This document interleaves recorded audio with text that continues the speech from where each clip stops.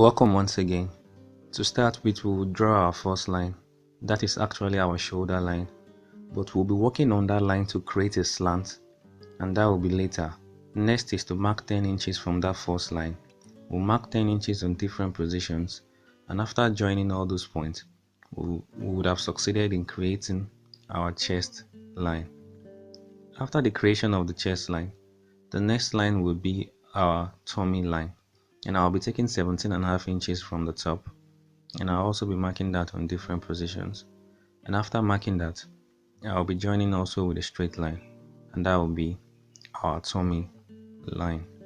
After creating the tummy line, the next on the menu would be the shirt length, and that is 30 inches from the top, 30 inches on different positions, and I'll be joining to create our shirt length. Now we are done with all the horizontal measurements, and I'll be going straight to the vertical measurement.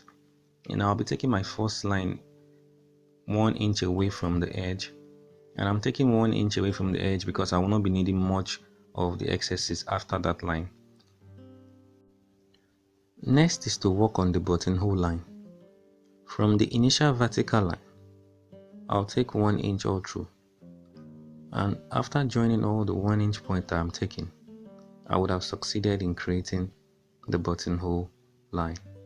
But mind you, this is not the exact position of the buttonhole. In between both lines, it would actually be the position that will contain the buttonholes and also the buttons. So to get the exact position, I will divide both lines into two. That will be the center point in between both lines. Now I'll be joining all the points I got with a broken line, and that will be the position that will contain the buttonholes and also your buttons. For a shirt to be perfect, the distance away from the buttonhole line to the left and the right should be exactly the same. Note that every measurement will start from the buttonhole line. So for the shoulder, I will take 9 inches from the buttonhole line and 2 inches downwards, and I'll be working on that later. For the neck, I'll take 2 1/4 from the buttonhole line and 4 inches downwards on the buttonhole line, and I will join both points with a curve. Now for the shoulder, we'll go back to the shoulder, and I will join the neck to that 2 inches downwards point I took, and that will be the slant of the shoulder. Your shoulder is not particularly straight, so that is the slant. After this, I'll take my back measurement on that slant line. So my back measurement is 9.5. So I'll put 9.5 on the buttonhole line and bend the tape rule to a point where it gets to. Then I'll mark. Then I'll take the perpendicular measurement of the back, transfer the perpendicular measurement to the chest, and mark. Then I will join both points with a straight line. After which I will divide both points into two, then mark 1 1/4 inches forward. To create our armhole curve, I will make a curve from the back through the 1/4 down to the chest point. After which I will take my chest measurement, which will also be from the buttonhole line. That is 40 divided by 4, which is 10 inches. Then the tummy, 38 divided by 4, which is 9.5 inches. And for the hip, 40 divided by 4, which is 10 inches as well. I will be joining from the chest to the tummy and also from the hip to the tummy. And these are your exact measurements. Now to add our sewing allowance, I will be adding 1/2 inch on the side from the hip to the tummy to the chest. Mind you, this 1/2 inch will in turn become 2 inches all through. It becomes 2 inches all through because if you are cutting your shirt this way, it means you actually folded the whole attire into 4. So everything you add will be times 4. So 1/2 inch times 4 is 2 inches. I'll be joining all the broken points to create the exact lines. Now we've succeeded in getting our exact measurement. I'll be adding 1/2 inch to the buttonhole line because I'll be adding a black strap on the buttonhole line. That black strap is actually in form of a design, and I want the black strap to match the bishop black collar as well. And would also be wearing this shirt with a black short, so you see the whole touch of black will just come alive later. Then I'll be taking 1 inch upward from the down line. I would also be dividing the down line into two. Then from the midpoint, I'll be joining with a curve, and that is the curve we'll be working with. And after which, I'll go straight to the labeling of each part. The first is the shoulder line. Then the next would be our armhole line. So I want you to see what everything stands for. Then our chest line. Then our tummy line. Then our hip line. That broken points you see me making is actually a buttonhole line.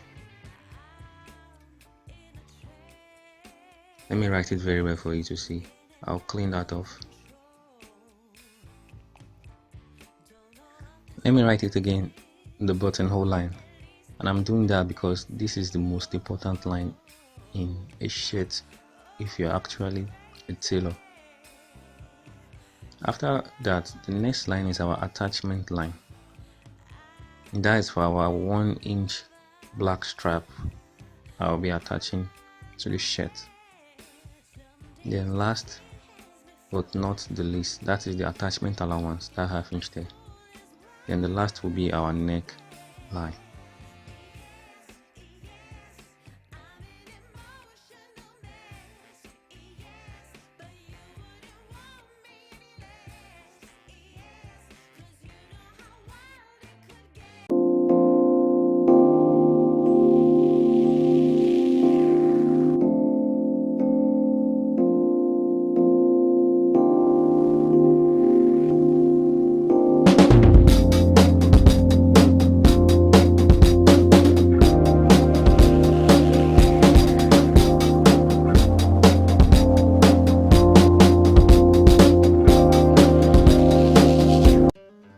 To cut the back piece, the buttonhole line is the most important line of the front piece because my back piece will actually start from that buttonhole line. Like I said earlier, the buttonhole line is the center of the whole attire. That is for both the front and the back piece. After confirming the back piece is on the buttonhole line of the front piece, I will be using my scissors to cut off the slant of the back piece, making sure the shoulder slant of the back piece is exactly the same with that of the front piece. After doing that, I'll be readjusting it downwards, still making sure the back piece is on the buttonhole line. I'll be readjusting it downwards by 2 inches. And that 2 inches will be responsible for the sewing allowance of the shoulder line and also for the folding of the down line. I will fold the shoulder of the back piece to meet that of the front piece. After ensuring that they are both on the same position, I'll be making use of my marker to continue the neckline on the back piece. After doing that, I'll go straight to the armhole. The armhole of the front and the back piece will not be the same, so I'll take the midpoint, which is 4 inches. I'll be going further by 3/4 inches. Then I'll be joining a new curve from the back through that 3/4 inches to the chest. And that would be what I will cut off for the back piece. Then I'll cut off the neck line of the back piece. After cutting off the neckline, I would also cut off the back, but before then I'll take the measurement of my back from that of the back piece, which is 9 inches plus 1/2 inches for sewing allowance, and I will make a line to meet the curve of the back piece. After doing that, I'll start the cutting through the back all the way through the armhole. And I will also reconfirm the back piece being on the buttonhole line, after which I will cut the down line and also the side of the shirt.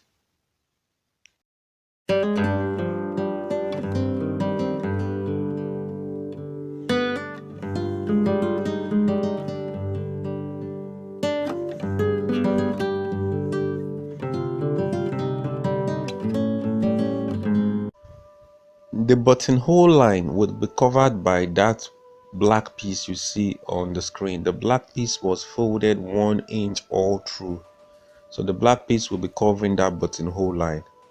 So you can see the 1 inch is covered by the black piece.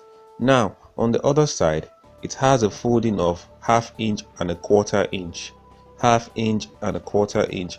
The 1/2 inch will be stitched to the fabric while the 1/4 inch will be the folding. So you will stitch the 1/2 inch from the wrong face like that. Then we'll turn it to the right face. After turning it to the right face, we'll make a stitch on the edge of the other side to hold it down, and we'll make that stitch from the top to down line. So as I did on the pattern paper, so I'll do on the fabric. So the first thing I'll be doing will be to label the fabric. I'll be labeling the right and the wrong face, so I'm chalking out the wrong face just so you could see and understand what I'm doing. So I'll just follow the process exactly the same way I did on the pattern paper. To start working on the buttonhole line, you have to know this is the right part and that is the left part, and they both have different buttonhole line cover. For the right part, the buttonhole line cover is high as 3/4 inch. It is not up to 1 inch, and the folding is also 1/2 and 1/4 inch on the side. So exactly the way we explained will also be the way we'll be fixing this cover for the right part. You'll place it from the back and you would make a 1/2 inch stitch from the top to the down line, holding the cover down. After stitching it down, we'll be turning it to the right face, but before we do that, you will make use of your pressing iron to straighten things, and that is very important. So after turning it, you would also use your pressing iron to hold it down firm. So use your pressing iron to hold it down firm, then you make a stitch on the edge using a matching thread. For this fabric, white is actually the dominant color. You can see the stitch that held it down. So we are done with the right side. I'll be cutting off the excesses on the neck and also the excesses on the downline. Now this right part is the part that would contain the buttons. So this is the back side and this is the front side, all looking perfect. So we'll be working on the left side, and that left side will be the part that will contain the buttonhole, and I'll be using the black strap. I'll be placing it from the wrong face, and it will be the 1/2 inch folding that will be sewn from the top to the down line.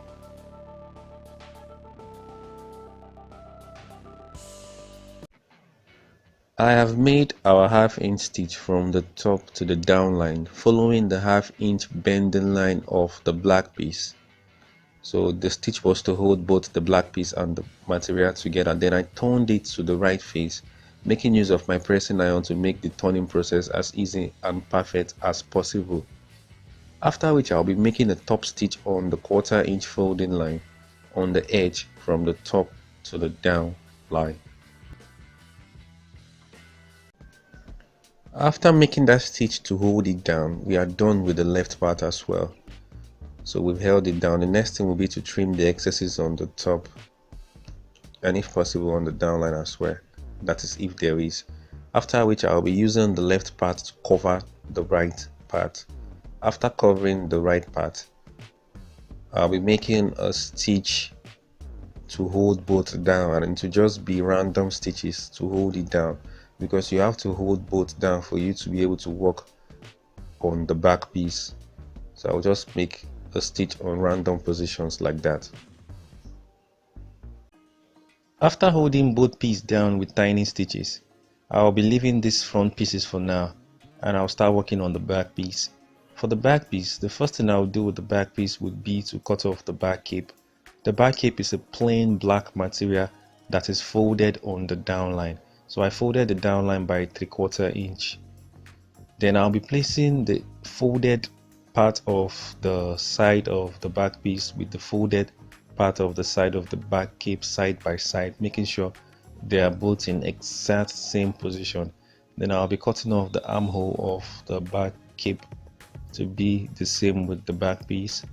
I would also be cutting off the neckline of the back cape to be the same with the back piece. Then I'll be cutting off the shoulder line of the back cape to also be the same with that of the back piece. So after creating our back cape, this is what we have, and that back cape will come in handy later. Then I'll be opening up the back piece. After opening up the back piece, I'll go get the front piece back Then I'll place the front piece, wrong face facing wrong face, shoulder facing shoulder. Then I would also place the back cape and make stitches on the shoulder on the left and also on the right. That's the half-inch stitch on both shoulder line, and that stitch alone holds the back cape, the back piece and the front piece together. That one stitch on each shoulder line holds three pieces together. So after turning into the front face, I'll be using a pressing iron to straighten out the shoulder line just to get the perfect position of where I'll be sewing the down line. Then I'll make my stitch on the edge of the back cape like that. You can make your stitch on the edge or a half-inch stitch.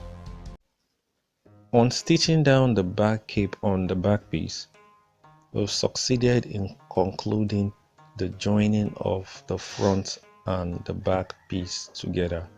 So the back cape is actually vital in the joining of the front and the back piece. So the next thing is to make use of our pressing iron to straighten out everything, trim the neck for excesses, make use of our pressing iron to smoothen things, then adjust properly, after which we'll be drafting the pattern for the sleeve, cutting it out and also joining it. To cut our sleeve, we'll start by drawing a straight line. That straight line is a vertical line. I would also draw a perpendicular line, which is an horizontal line. So the perpendicular line is at right angle to the straight line. And then the next thing, I'll be taking my sleeve length, which is 9 inches, and I'll be taking it from the first line we drew, the vertical line. After which I'll be marking 2 inches for my folding allowance. That 2 inches would be what will be folded inside. Then I'll be marking half inch. Half inch is for the bending. You have to bend by half inch before you fold the 2 inches. All this I'll be showing you later on. Next thing, I'll be marking 9.5 inches. 9.5 inches is the total height of my sleeve. That's from the top to the down line is 9.5 inches.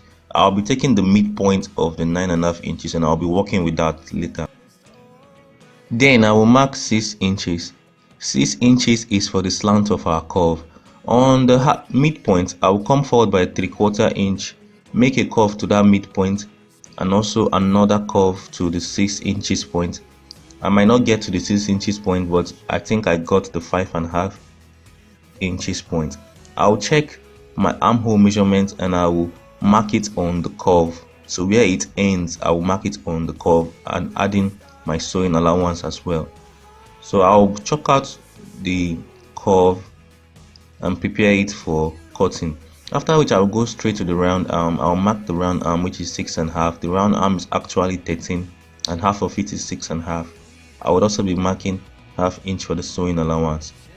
Then I'll join the armhole to the round arm, after which I will go straight to the cutting. The cutting is actually systematic, so I will start from the edge of the folding, after which I'll go to the armhole points and cut off the armhole curve all through. Then I'll cut the armhole curve to the edge of the beginning of the folding and stop there. To continue the cutting of the folding, I have to fold the folding inwards, then I'll make a cut. There is still another bending I still have to do. Then I will bend on the half inch, but before then I will cut off the top. So I'll bend on the half inch mark,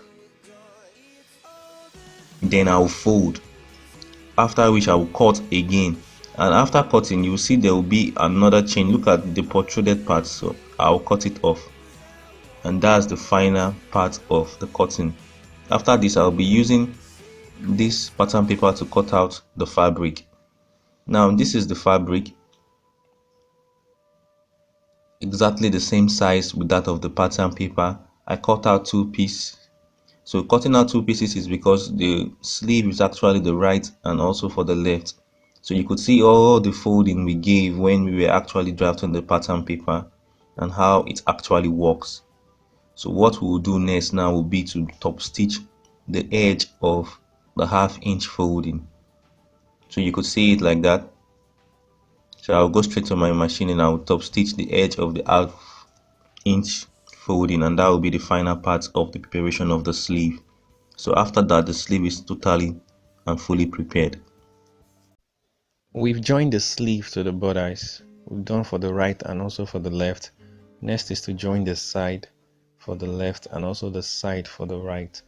And remember, the joining is actually inside, not outside. So the right face will face the right face and we'll be making a 1/2 inch stitch. After joining the side of the shirt, from the sleeve to the downline has been joined, the next thing I'll be doing will be to reduce the excesses of the neck. It would seem the back part of the neckline is a little bit protruded, and I'll be removing the excesses around that area. After working on the neckline, I'll be showing you how to get your perfect curve on the downline of any outfit. So to get your perfect curve on the downline of any outfit, fold the outfit into two from the shoulder line, making sure both are in exact same position of the shoulder. Then make your cut on the downline. While making your cut, the only thing you have to take note of is the fact that the whole piece have to be in the same position. Like when you're cutting the curve, one part should not be longer than the other.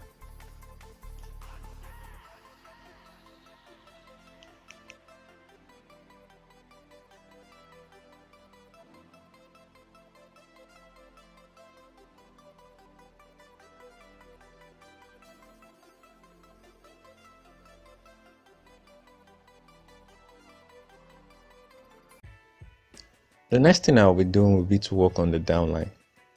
But before then, I'll be confirming if the buttonhole line of the right and the left side are exactly of the same size. You have to know this before you start folding the downline, because you don't want to finish folding the downline and discover one part is longer than the other. For the downline, I'll fold twice by 1/2 inch. So you fold 1/2 inch once, then you fold twice and make stitches on the edge of the folding.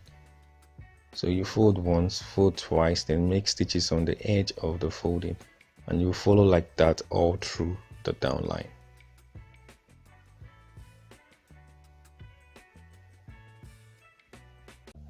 To make our collar, we need all 4 pieces, and I'll be explaining their different functions.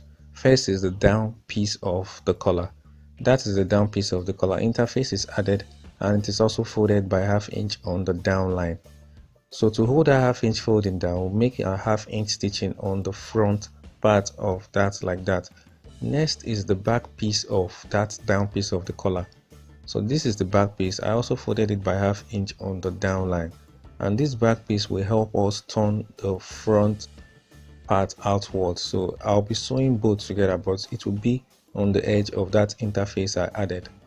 So I'll be showing you how I'll place both together like this and sew on the edge of that interface. But I will not do that until I'm done working with the upper part of the collar.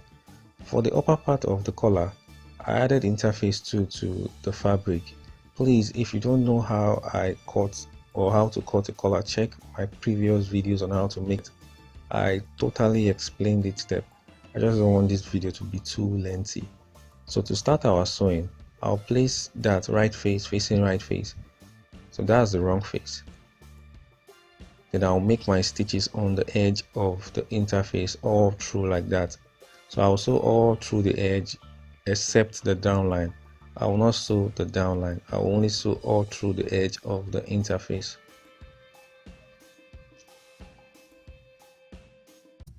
After stitching both pieces together on the edge, I'll be bringing it out to the right face.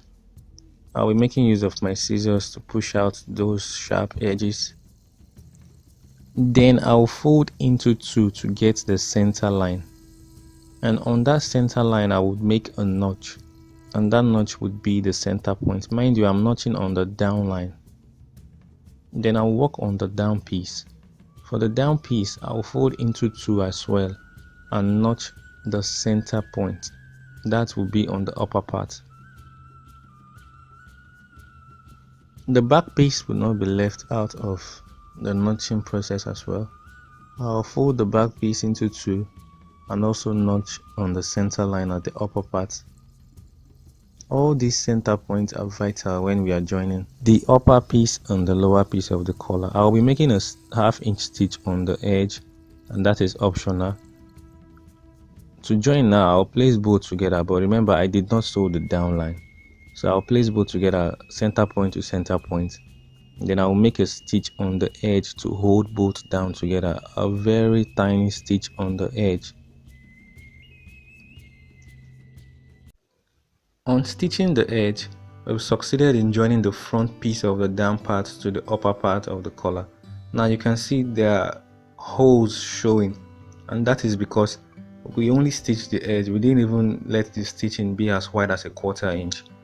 So to join the back piece of the down part, I'll place the back piece underneath the front part like that, making sure the point is in alignment. Then I'll stitch from the edge of one interface to the other edge of the interface. So I'll just follow the stitches on the edge like that. And after stitching, I'll turn. On making that stitch on the edge all through, we are done joining the upper and the lower piece of the collar together. I will just bring it out like that, and for this I don't even need any sharp objects to make the turning process easier. So when you bring it out, you make use of your pressing iron to straighten it, making sure the back and the front down line of the down piece are on the same line. The collar is fully prepared. Next on the menu is the fixing of the collar. To fix our collar, we'll place the borders by 1/2 inch inside the collar. The front piece will be the part facing up like that. Then I'll place the borders on, that's the neckline of the borders, 1/2 inch inside the collar. Then I'll be making my stitch on the edge of the collar with a black thread. So I'll place it by 1/2 inch inside like that. Then I'll top stitch on the edge of the collar to hold it down. And I'll do that from one buttonhole line to the other buttonhole line. After fixing my collar, I will make my buttonhole on the collar. Then I will take 2.5 inches downwards to make subsequent buttonholes.